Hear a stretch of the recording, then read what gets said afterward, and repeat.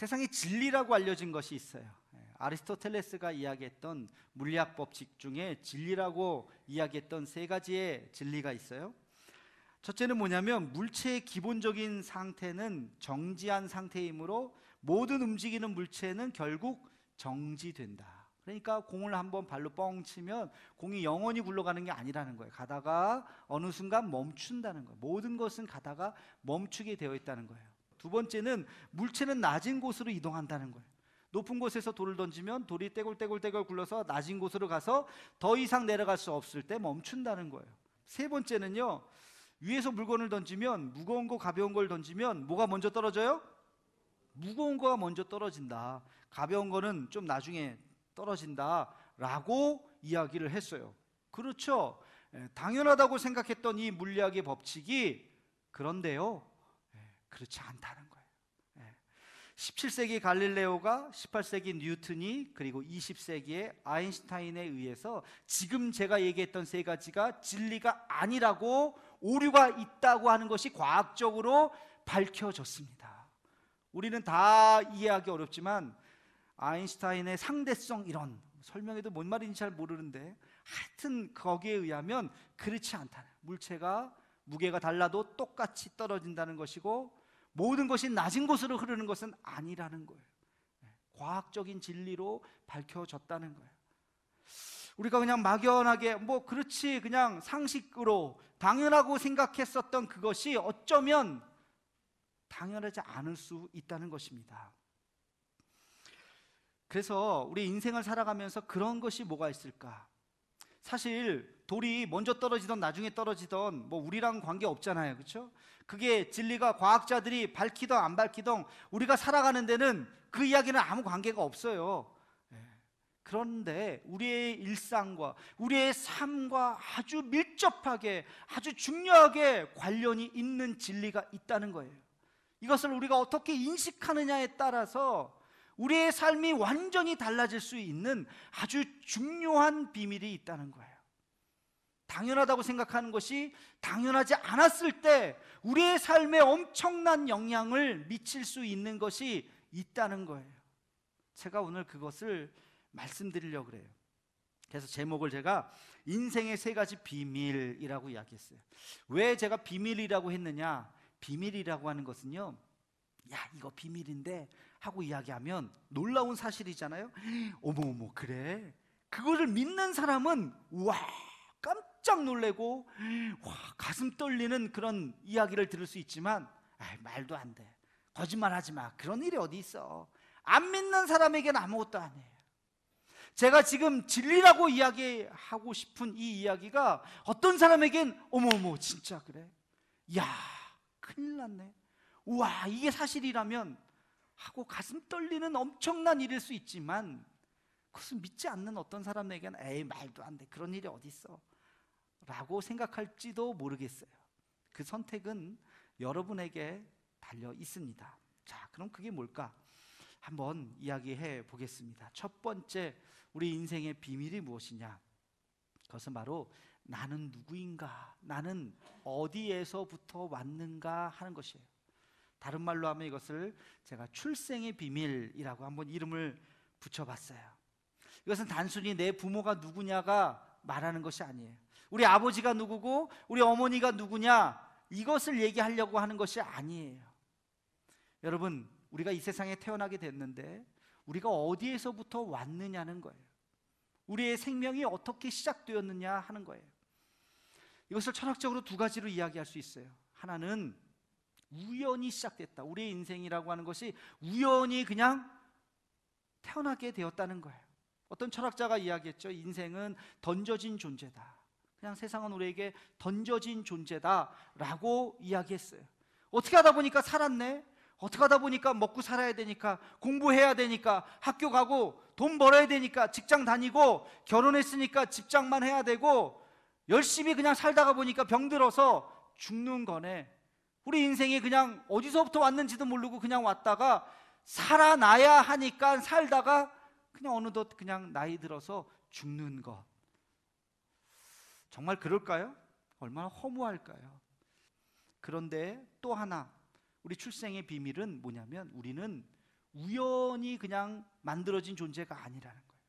우리는 매우 계획 아래서 정말로 존귀하게 우리가 이 세상에 태어났다는 것이에요. 정말로 소중하게 우리 생명 하나하나가 소중하게 태어났다는 것입니다. 그것을 어떻게 알 수 있어요? 성경이 그것을 이야기하고 있어요. 하나님의 말씀이. 우리 한 명 한 명이 그냥 어쩌다가 생긴 인생이 아니라 정말 그 잉태하는 그 순간부터 예정되어서 소중하게 한 명 한 명, 그 한 생명 한 생명을 하나님께서 우리에게 놀라운 축복을 주셨다는 것입니다. 우리 이사야서 43장 1절 말씀 우리 함께 같이 읽어보겠습니다. 이사야서 43장 1절 말씀입니다. 시작. 야곱아, 너를 창조하신 여호와께서 지금 말씀하시느니라.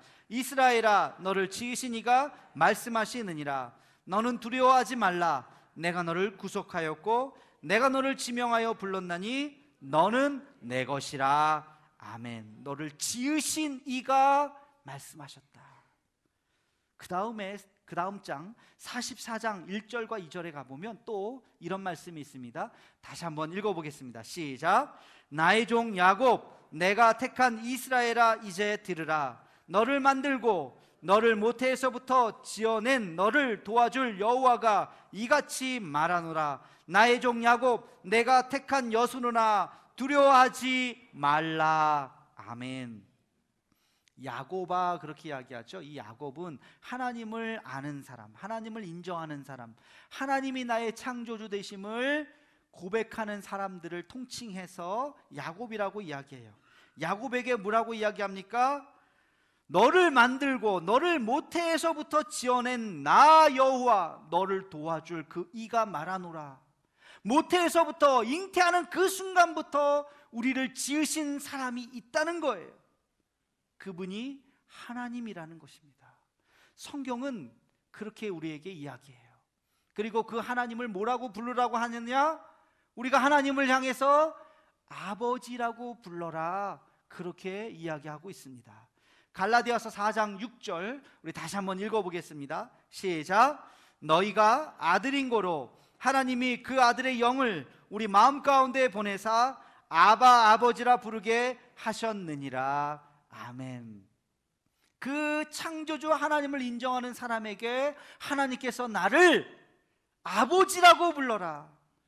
아바 아버지, 하나님을 아버지라고 불러라, 그렇게 이야기하고 있어요. 하나님과 우리와의 그 관계. 여러분, 출생의 비밀을 아셨습니까? 그냥 우리는 우연히 어쩌다가 실수로 태어난 존재가 아니라는 거예요. 성경에 보면 이런 표현이 있어요. 부모님은 나를 버렸으나 하나님은 나를 사랑하사. 혹시 부모님이 우리를 버릴 수도 있어요. 요즘은 세상에 하도 흉흉해서. 그러나 결코 그런 생명이라 할지라도 헛된 인생이 아닌 것입니다.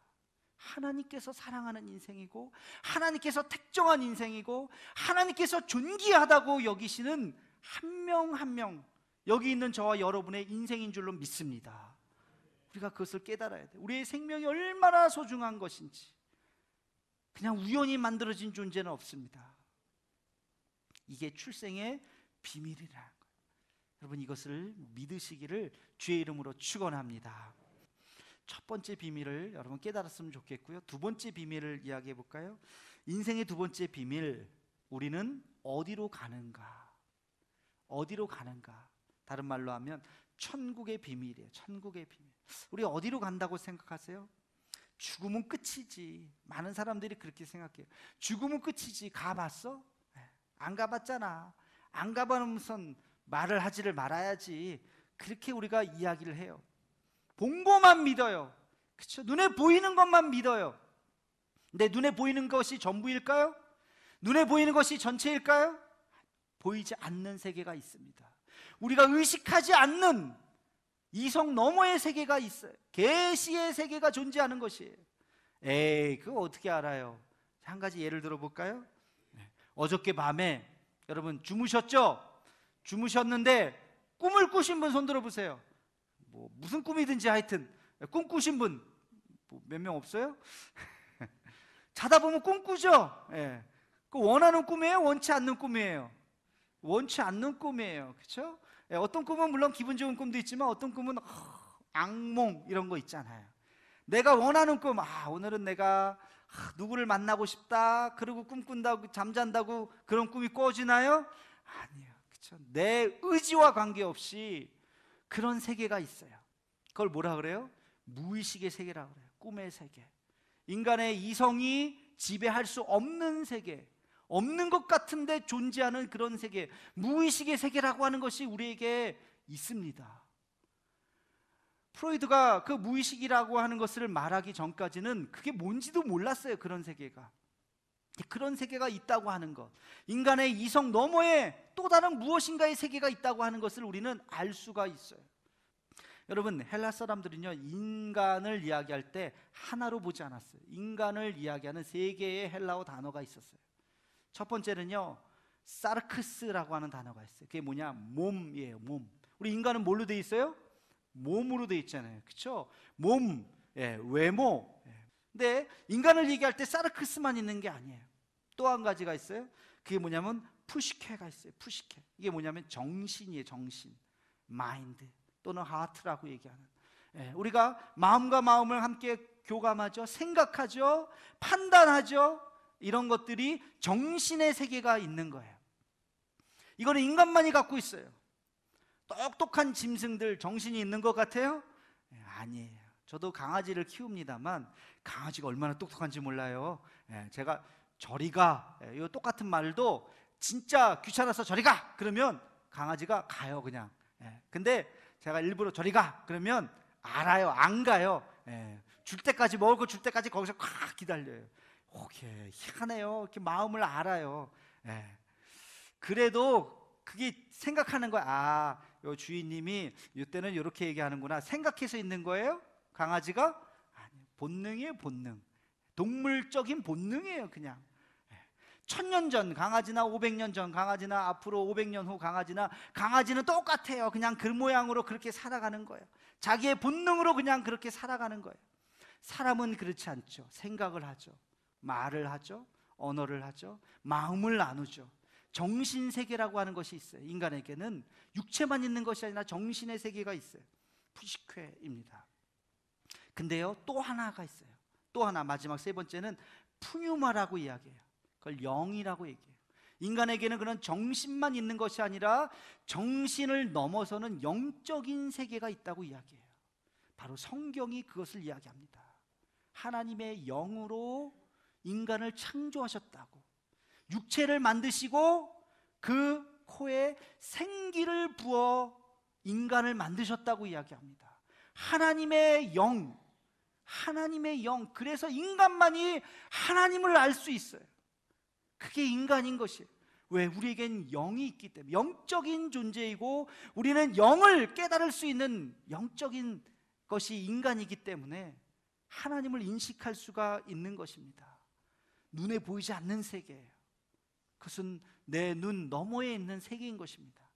성경은 이것을 이렇게 이야기해요. 히브리서 9장 27절 말씀 함께 같이 읽겠습니다. 시작. 한 번 죽는 것은 사람에게 정해진 것이요 그 후에는 심판이 있으리니. 아멘. 한 번 죽는 것은 정해진 것이요, 누구든지 육신의 그 죽음을 넘어설 수 없다는 거예요. 역사적으로 그런 사람이 있나요? 없어요. 아무도 없어요. 길게 잡아야 100년, 120년 끝이에요. 죽음은 누구든지 넘어설 수 없어요. 그러나 오늘 말씀해 보니까 죽음 넘어서 뭐가 있다고요? 심판이 있다. 또 다른 세계가 있다. 더 큰 영원한 세계가 있다고 하는 것을 이야기하고 있습니다.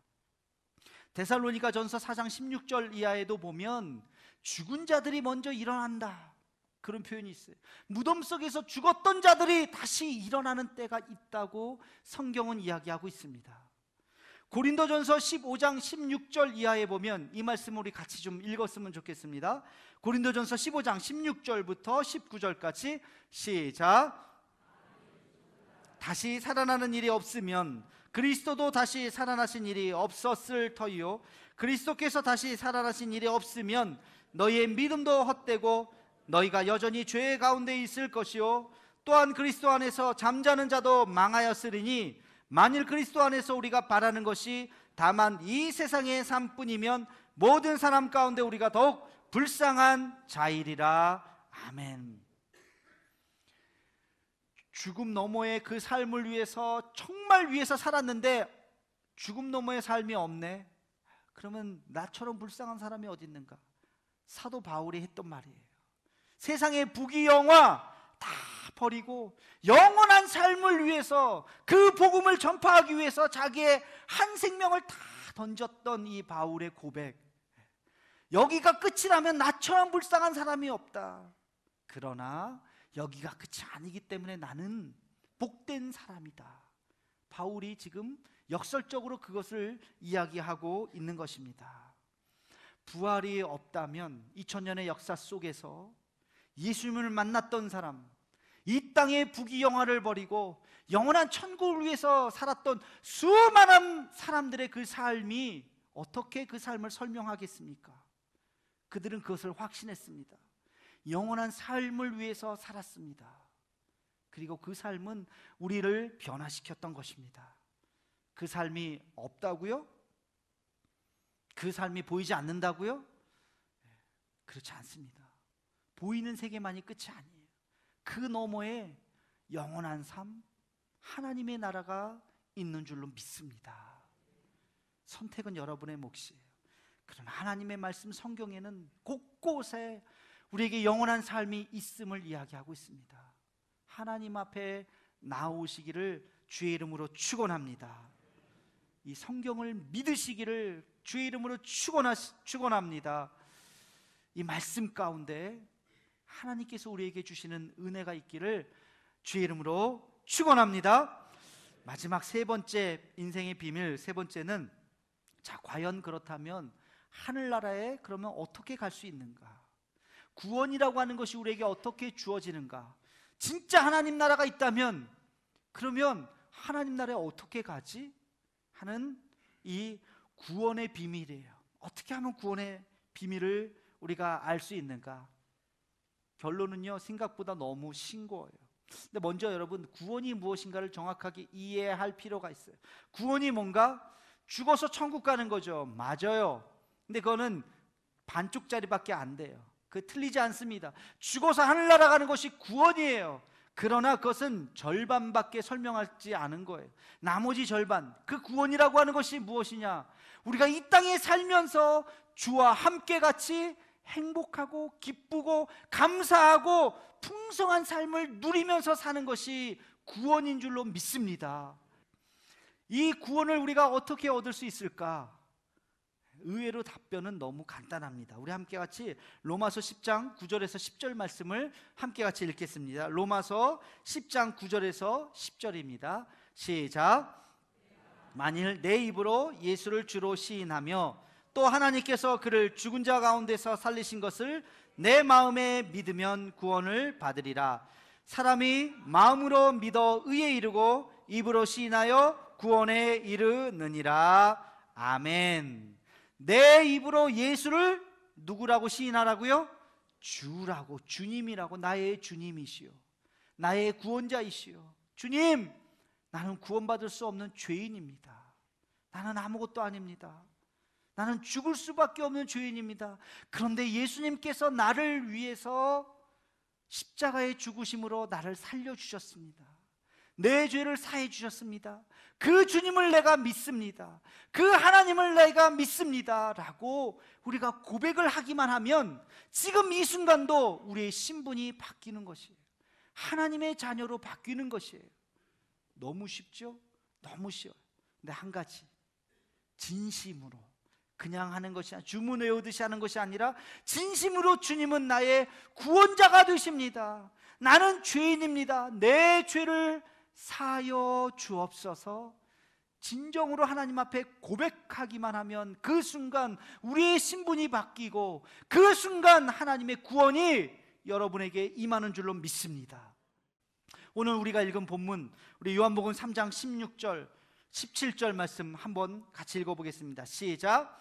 하나님이 세상을 이처럼 사랑하사 독생자를 주셨으니 이는 그를 믿는 자마다 멸망하지 않고 영생을 얻게 하려 하심이라. 하나님이 그 아들을 세상에 보내신 것은 세상을 심판하려 하심이 아니요 그로 말미암아 세상이 구원을 받게 하려 하심이라. 아멘. 많이 들어봤던 말씀일 거예요. 여기 복음에 놀라운 비밀이 담겨져 있습니다. 왜 하나님이 그 아들을 보내주셨는가? 왜 우리를 구원해 주셨는가? 하나님이 세상을 이처럼 사랑하사. 하나님의 그 사랑. 여러분, 이 시간 하나님의 그 사랑을 받으시기를 간절히 기원합니다. 그래요. 어떤 분은 이야기할 거예요. 아이고,